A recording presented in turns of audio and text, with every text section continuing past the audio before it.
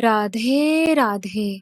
मेरा नाम है निकिता शर्मा और आप सभी का स्वागत है श्रीमद् भागवत गीता की इस श्रृंखला में। श्रीमद् भागवत गीता के पिछले अध्याय के श्लोकों में हमने समझा कि श्री कृष्ण ने प्राकृतिक शक्ति के 3 गुणों की व्यवस्था की थी और यह भी समझाया था कि किस प्रकार से ये मनुष्यों पर प्रभाव डालते हैं।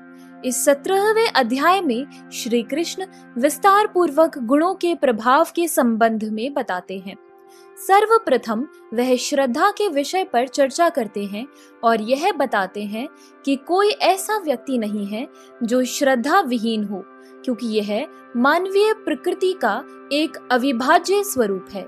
लेकिन मन की प्रकृति के अनुसार व्यक्तियों की श्रद्धा सात्विक, राजसिक अथवा तामसिक गुणों के अनुरूप होती है। उनकी श्रद्धा की प्रकृति ही उनकी जीवन शैली का निर्धारण करती है। लोग अपनी रुचि के अनुसार ही अपने भोजन का चयन करते हैं। चलिए आज बढ़ते हैं अगले श्लोकों की ओर, लेकिन उससे पहले अगर आपने अभी तक श्रीमद् भागवत गीता के 17वें अध्याय के श्लोकों का अध्ययन नहीं किया है तो ऊपर आई बटन पर जाकर उन श्लोकों को जरूर समझें।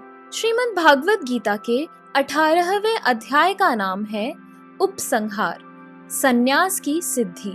कुछ पुस्तकों में उसका नाम मोक्ष संन्यास योग भी बताया गया है। 18वें अध्याय के पहले श्लोक में अर्जुन कहते हैं, संन्यासस्य महाबाहो तत्वमिच्छामि वेदितुम त्यागस्य च ऋषिकेश पृथक्केशी निषूदन। अर्थात अर्जुन ने कहा, हे महाबाहु, मैं त्याग का उद्देश्य जानने का इच्छुक हूँ, और हे केशी निषूदन, हे ऋषिकेश, मैं त्यागमय जीवन संन्यास आश्रम का भी उद्देश्य जानना चाहता हूँ। वास्तव में भगवद गीता 17 अध्यायों में ही समाप्त हो जाती है। 18वां अध्याय तो पूर्व विवेचित विषयों का पूरक संक्षेप है। प्रत्येक अध्याय में भगवान बल देकर कहते हैं कि भगवान की सेवा ही जीवन का चरम लक्ष्य है। इसी विषय को इस 18वें अध्याय में ज्ञान के परम गुह्य मार्ग के रूप में संक्षेप में बताया गया है। प्रथम 6 अध्यायों में भक्ति योग पर बल दिया गया है। समस्त योगियों में से जो योगी अपने अंतर में सदैव मेरा चिंतन करता है वह सर्वश्रेष्ठ है। अगले 6 अध्यायों में शुद्ध भक्ति, उसकी प्रकृति तथा कार्यों का विवेचन है। अंत के 6 अध्यायों में ज्ञान, वैराग्य, अपरा तथा परा प्रकृति के कार्यों और भक्ति का वर्णन है। निष्कर्ष रूप में यह कहा गया है कि सारे कार्यों को परमेश्वर से युक्त होना चाहिए, जो ओम तत् सत शब्दों से प्रकट होता है, और ये शब्द परम पुरुष विष्णु के सूचक हैं।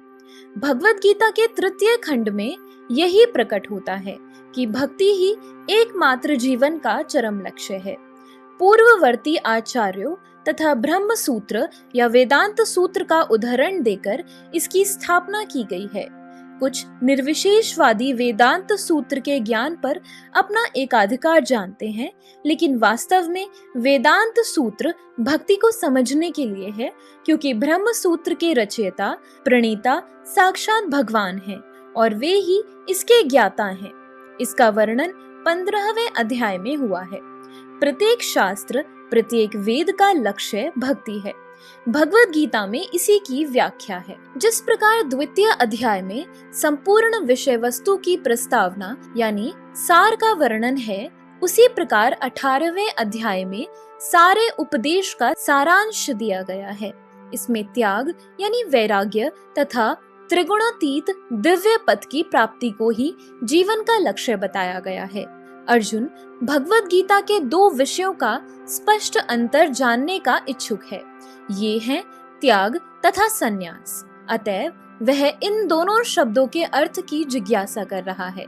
इस श्लोक में परमेश्वर को संबोधित करने के लिए प्रयुक्त ऋषिकेश तथा केशी निषूदन, ये 2 शब्द महत्वपूर्ण हैं। ऋषिकेश कृष्ण है, समस्त इंद्रियों के स्वामी, जो हमें मानसिक शांति प्राप्त करने में सहायक बनते हैं। अर्जुन उनसे प्रार्थना करता है कि वे सभी बातों को इस तरह संक्षिप्त कर दे जिससे वह संभाव में स्थिर रहे।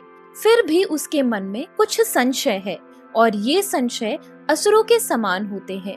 अतएव वह कृष्ण को केशी निषूदन कहकर संबोधित करता है।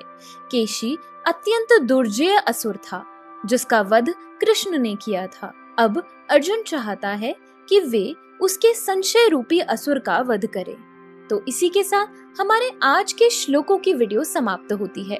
अगर आप सभी लोग श्रीमद् भागवत गीता की इस श्रृंखला में हमारे साथ हैं तो हमें अपने विचार कमेंट सेक्शन में जरूर बताएं और इस वीडियो को अपने परिवारजनों और मित्रगणों के साथ जरूर शेयर करें ताकि उनके जीवन में भी इस सुंदर ज्ञान के आगमन के कारण कोई बदलाव हो सके।